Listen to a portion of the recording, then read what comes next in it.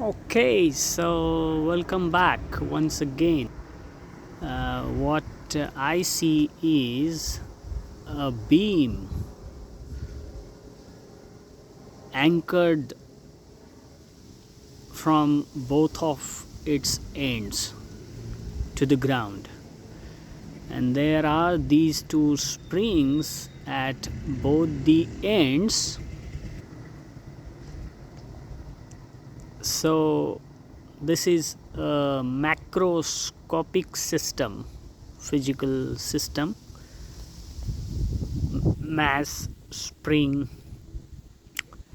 So it has got its mass, that is, you see that those two rounds or circles at the ends, and then middle is the beam or a plate of rectangle shape, and then at the bottom of those circular plates you have those springs which are about quarter meter, a little longer than quarter meter long. The length of this rectangle plate is around 1 meter, maybe little longer than 1 meter, and the width is half, more than half a feet, and the thickness of this is few tens of the centimeters. Now what can be understood from this physical mechanical system is that we are trying to understand some principles in physics of it. So of course it's a static system at present because it's not in a motion, but it can be put into oscillations if we apply an external load or a force to this system. What is the mass of this system, or say a mass of this element that comprises to those two circular plates, and in between there is this rectangle plate. So effective mass of it is the volume into density. So of course we see that those are metal plates. It could be steel or aluminum, we don't know, but it's a metal. So density into volume will make up its mass. The spring constant of this system, there are two springs, so total spring constant will be K1 plus K2, where K1 and K2 are the individual spring constant values of these springs, both the springs, and the spring constants is dependent on the property of the material, Young's modulus, and of course the geometrical dimensions. So they are springs in the spiral fashion as we see that.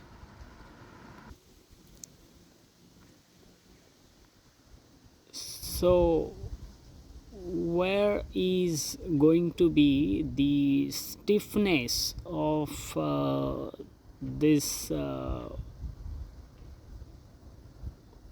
system, maxima and minima? So in other words, we can also think of determining the maximum and minimum strain or stress exerted upon this system. So in the middle, if we apply a load, there is maximum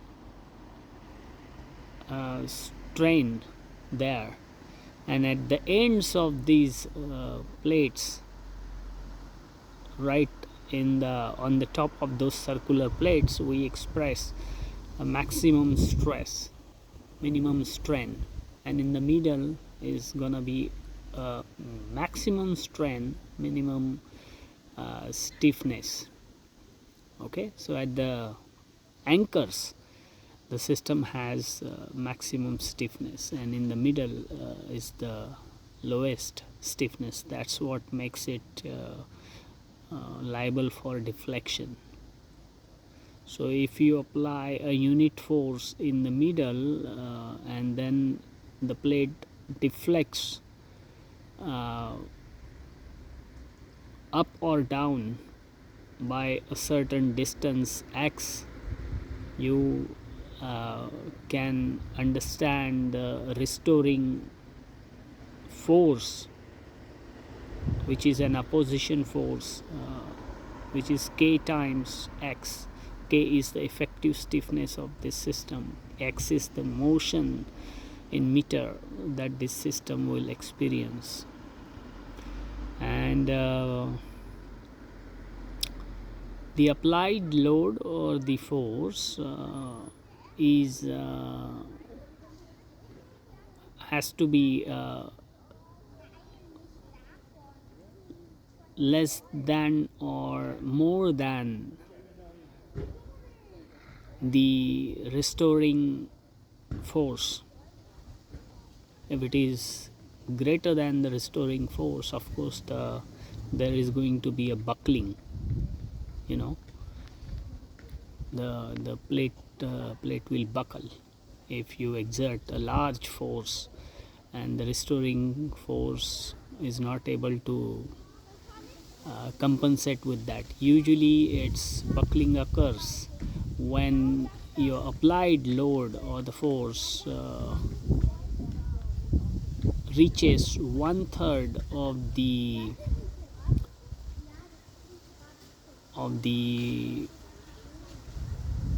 restoring force.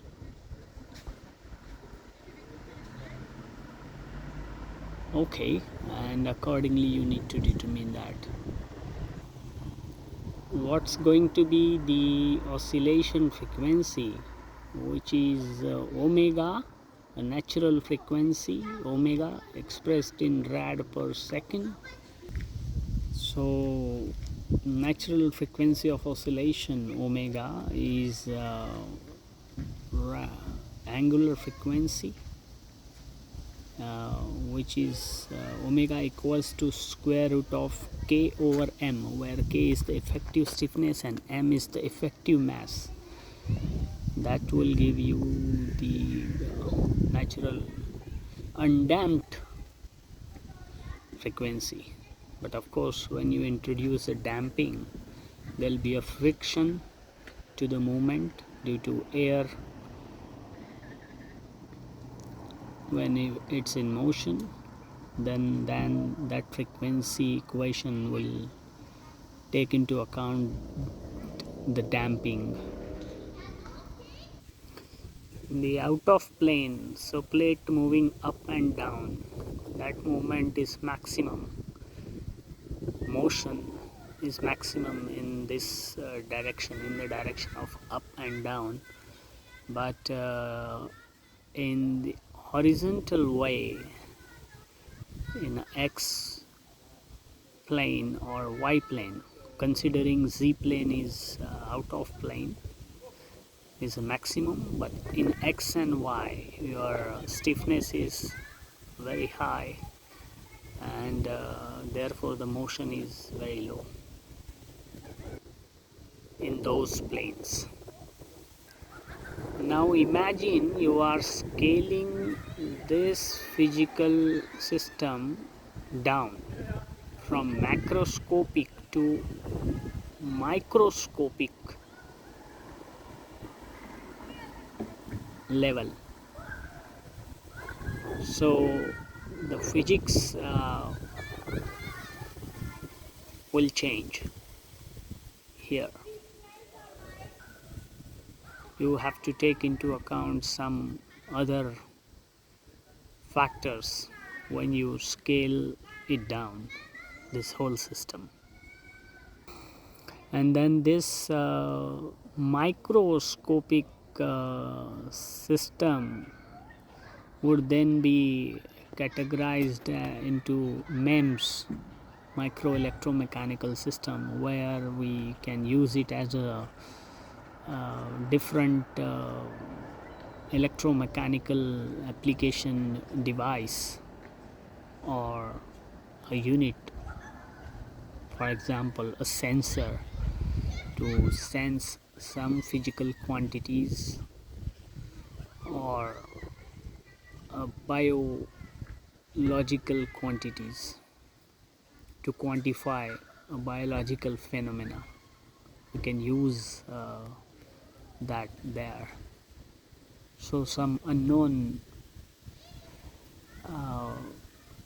physical, I would say, those physical quantities or those biological parameters at micro scale, which are very, very small,